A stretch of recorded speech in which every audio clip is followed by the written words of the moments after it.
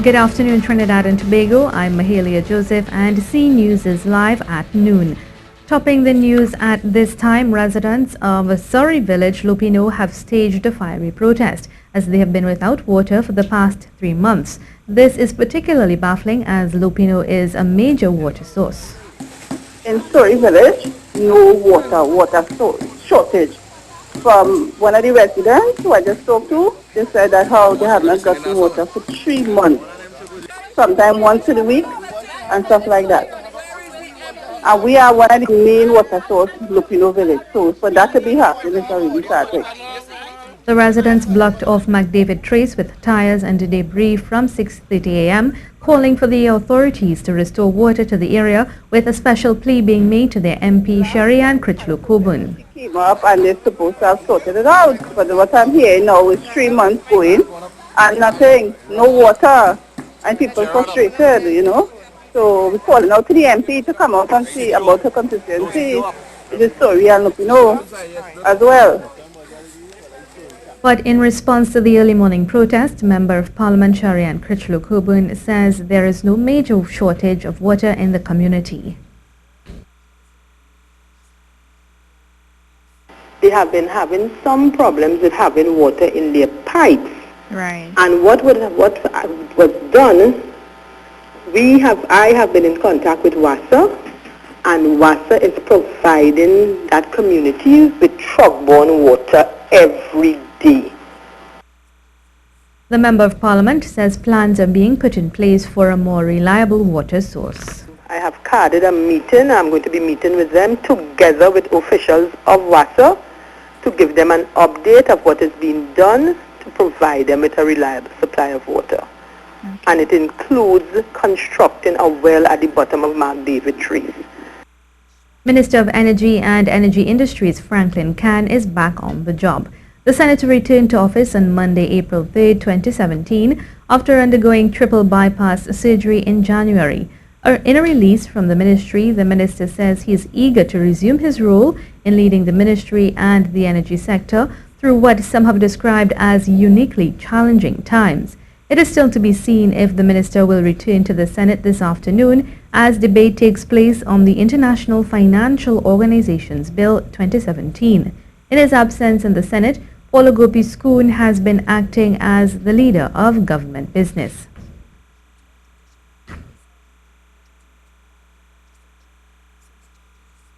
Two men were gunned down in Belmont on Monday evening. According to reports, at around 5:45 p.m., residents of Belgrade Street heard several gunshots. When they checked, they found two men covered in blood in the front seats of a Mazda sedan parked on the roadway.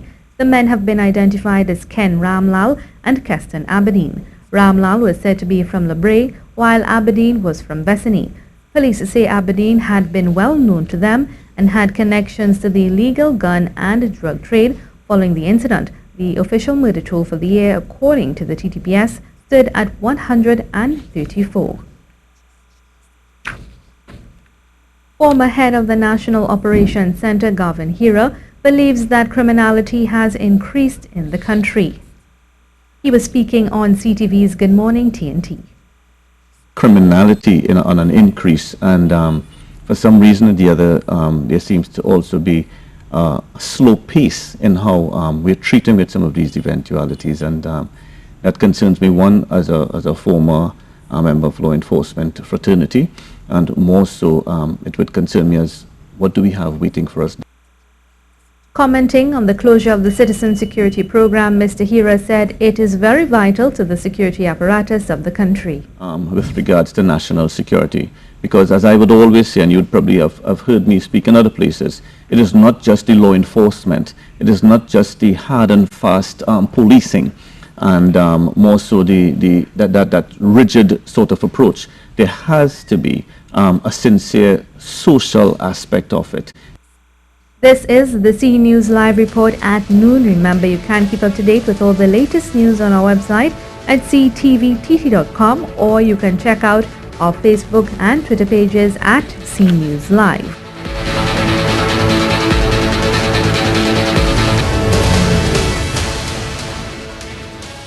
Chief Executive Officer of Eastern Credit Union Conrad Enel believes that recent announcements concerning the energy sector is a positive sign for the economy.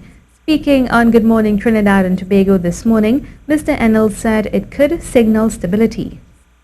It restarts the energy program in terms of exploration activity.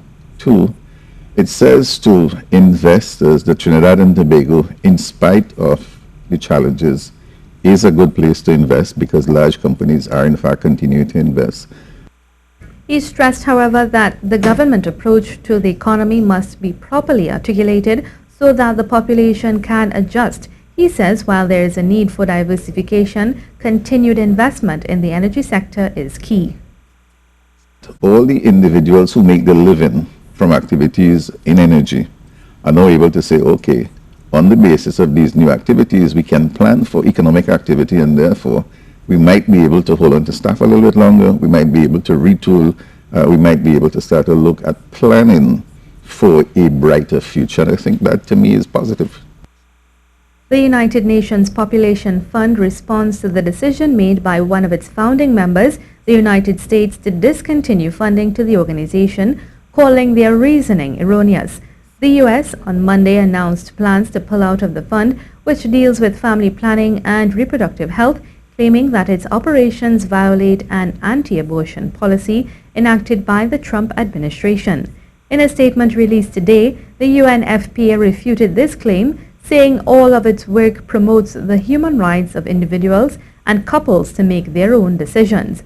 The organization said they've been able to achieve a lot over the years with the funding given by the U.S., including saving tens of thousands of mothers from preventable deaths and disabilities and combating gender-based violence. Employees of the regional health authorities will receive the outstanding 50% arrears of salary between Thursday and Friday of this week. The Ministry of Health says funds have been released by the Ministry of Finance and the checks are currently being processed. The Regional Health Authority workers were promised to be paid by Finance Minister Com Imbert in 2016. The government owed the health workers a sum of $500 million in arrears since 2015. Here now is Ian Wallace with your afternoon weather. Saharan dust is common from February to August, and a large expanse of Saharan dust is now across the Eastern Caribbean, with thick haze across Trinidad and Tobago set to carry through into Wednesday. It'll feel hot as well, 32 degrees Celsius likely in Tobago, 34 degrees Celsius expected in Trinidad. It'll be breezy at times with just a few patchy clouds through this afternoon and evening.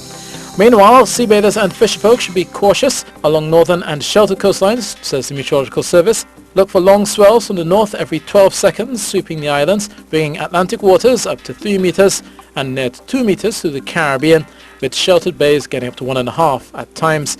Easterly winds of 20 knots will bring some whitecaps and spray at times, with low tide at 5 p.m. and your high tide at 11:30 p.m. That is the latest weather, and I'm meteorologist Ian Wallace. 3 Trinidad and Tobago writers have been shortlisted for the 2017 Commonwealth Short Story Prize.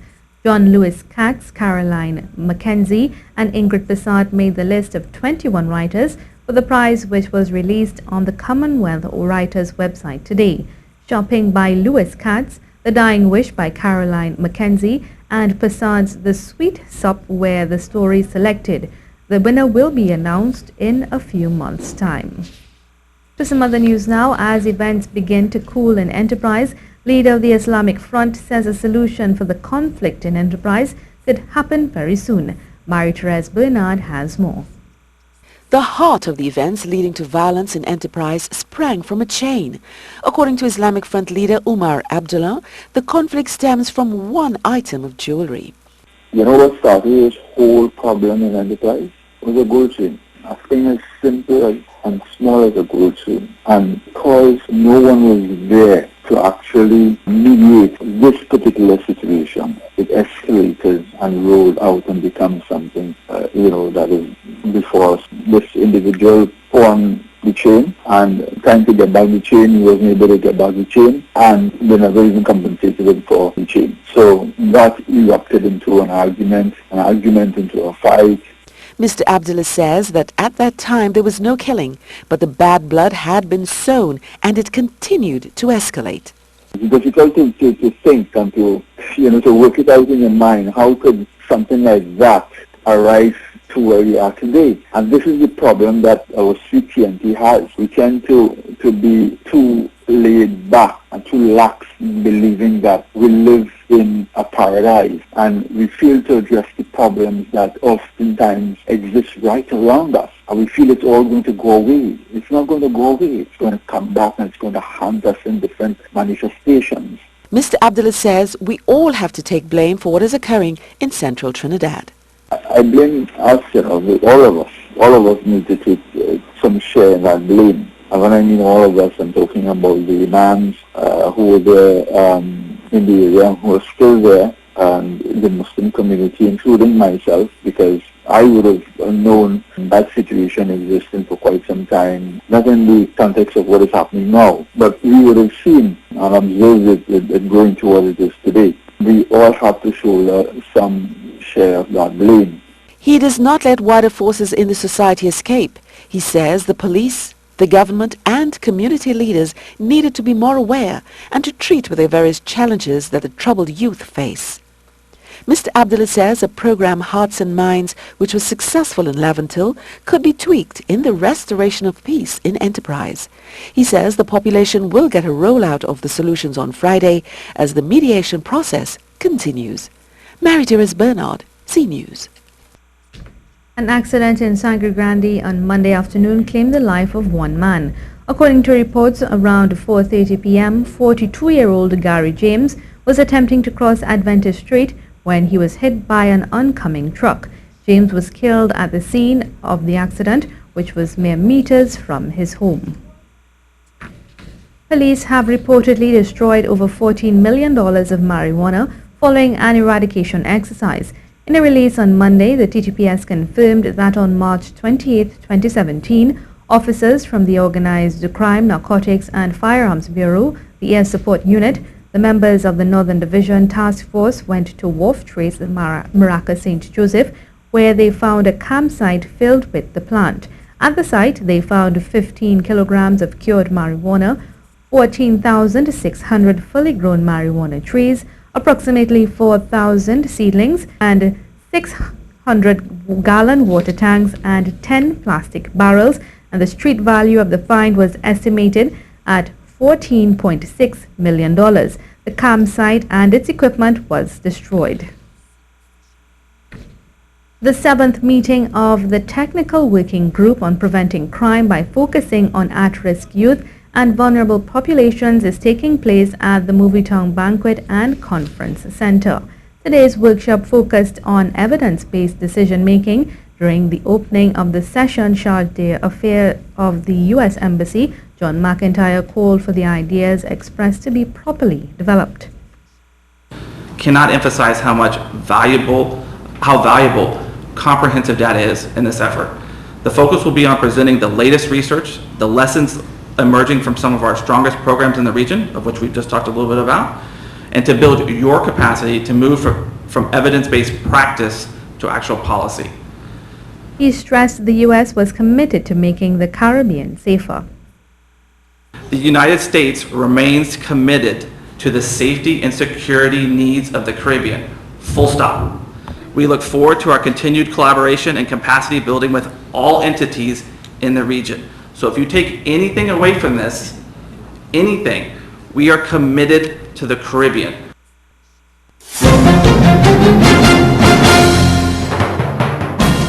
It's that time of the year when track and field and cycling events spring up all over the place. But they all come together to make the wonderful spectacle that is the annual Southern Games, and this year was no exception, where fans were treated to some outstanding performances, especially in the sprints on the grass at Guayakara Park.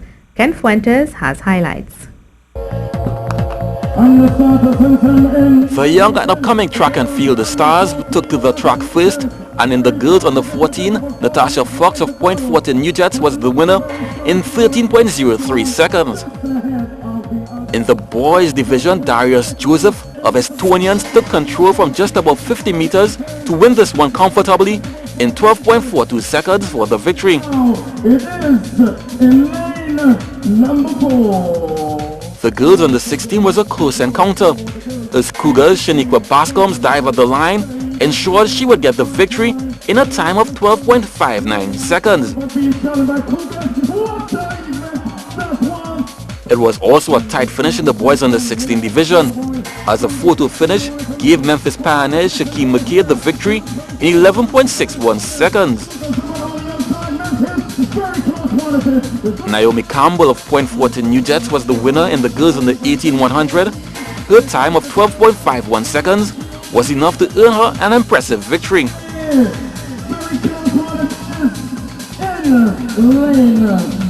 New Jets would sweep the under 18s, with Timothy Frederick taking the boys' race in 11.07 seconds moments later.